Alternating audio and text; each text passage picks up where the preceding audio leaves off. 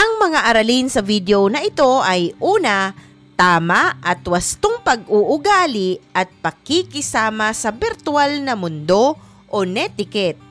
Ikalawa, ang responsableng pamamahayag o responsible journalism.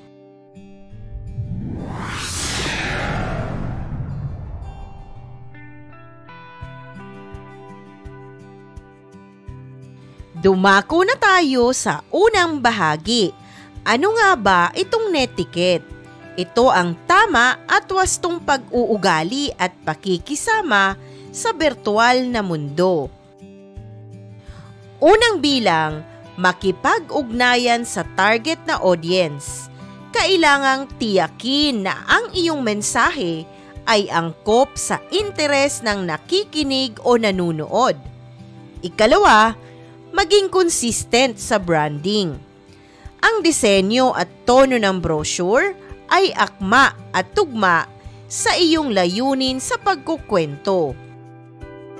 Ikatlo, maingat sa paggamit ng mga larawan o imahe. Humingi ng pahintulot sa mga imahe na may lisensya at iwasan ang paglabag sa karapatan sa pag-aari ng mga imahe at iba pang impormasyon. Ikaapat, maingat sa paggamit ng wika. Gumamit ng wastong balarila at iwasan ang mga mapanirang impormasyon o hindi naaangkop sa nilalaman. Ikalima, magbigay ng tamang credit. Ibigay ang tamang pagkilala o credit sa sanggunian o nilalaman na hindi sa iyo. Ika-anim, gumamit ng hashtag. Gumamit ng hashtag na nauugnay sa iyong tema o kategorya upang lalawak ang bilang ng manunood. Ikapito, makipag-ugnayan sa audience.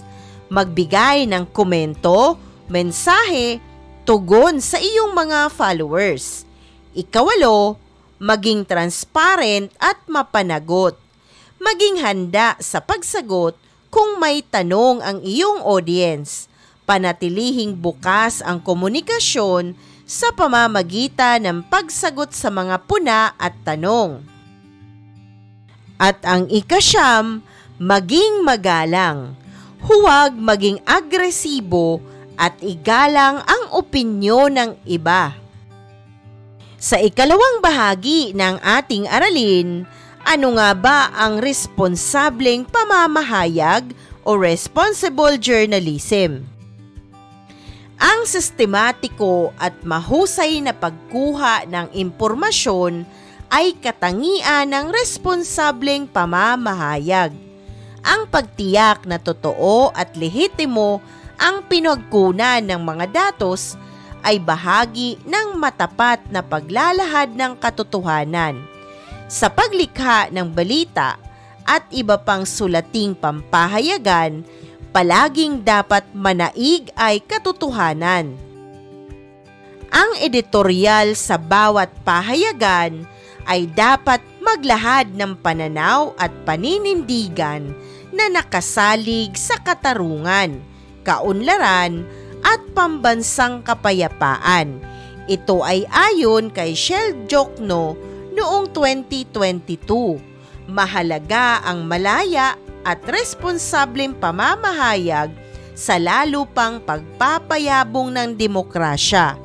Kaya mahalagang alagaan natin ito upang matiyak na mayroong magbabantay sa ating mga karapatan at kalayaan.